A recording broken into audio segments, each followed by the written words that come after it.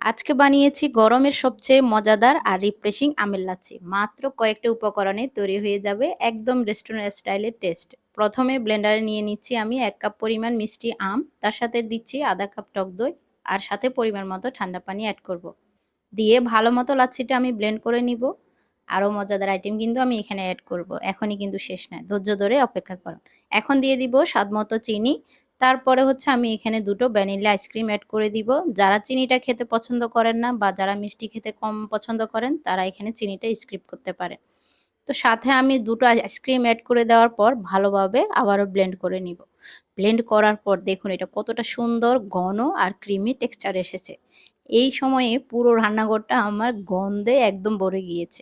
আম এবং ভ্যানিলার এত ঘ্রাণ মানে খুবই মজাদার হয়েছে। চাইলে আপনারা এখানে বরফের টুকরো দিয়ে পরিবেশন করতে পারবেন। ব্যাস তৈরি হয়ে গেল সুপার টেস্টি ম্যাঙ্গো লাচ্ছি। এই গরমে ১ গ্লাস ঠান্ডা লাচ্ছি মনটা একদমই রিফ্রেশ করে দেবে।